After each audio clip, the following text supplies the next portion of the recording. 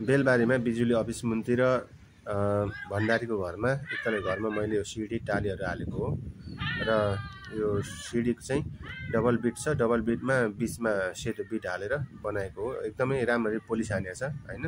कतिपय मान्छेहरूले चाहिँ एकदम मोडलिङ मात्रै हान्छ, फुस्रै देखिन्छ भने यो बिटमा मैले चाहिँ पोलिस 6 खालको ब्लेड हालेर पोलिस हालेर एकदम राम्रो त्यो ग्रेनाइट जस्तै नै कटिङमा पनि टल्काइदिएको छु। यो सेतो टालीको रेजर हो है, सेतो टालीको। अनि ग्रेनाइट माथिबाट हालेको छ ढापमा। अनि पोलिस चाहिँ एकदमै राम्रो पोलिस टल्काएको छ, पोलिस लाएर हैन।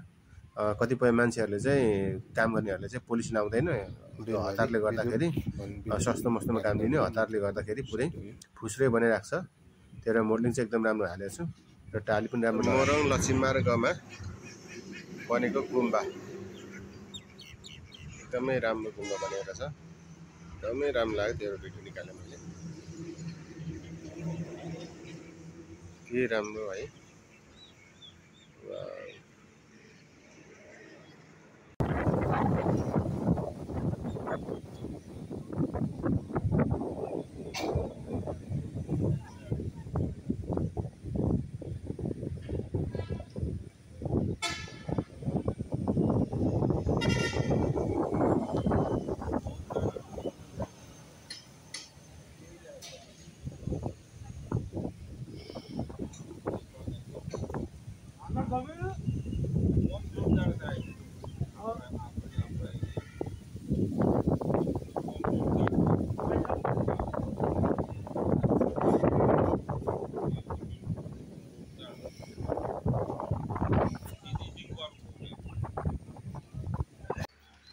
बेलबारीमा बिजुली अफिस मुन्ती र भण्डारीको घरमा एकतले घरमा मैले यो सिडी टालीहरू हालेको हो र यो सिडीको चाहिँ डबल बिट छ। डबल बिटमा बीचमा सेतो बिट हालेर बनाएको हो। एकदमै राम्ररी पोलिस हानेको छ हैन।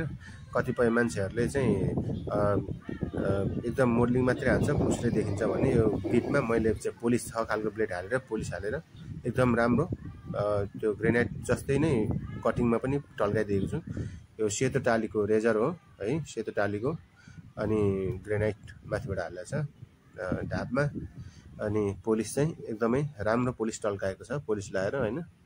कतिपय मान्छेहरूले चाहिँ काम गर्नेहरूले चाहिँ पोलिस लाउँदैन, त्यो हतारले गर्दाखेरि सस्तो मस्तोमा काम दिने हतारले गर्दाखेरि पुरै फुस्रै बनाइराख्छ।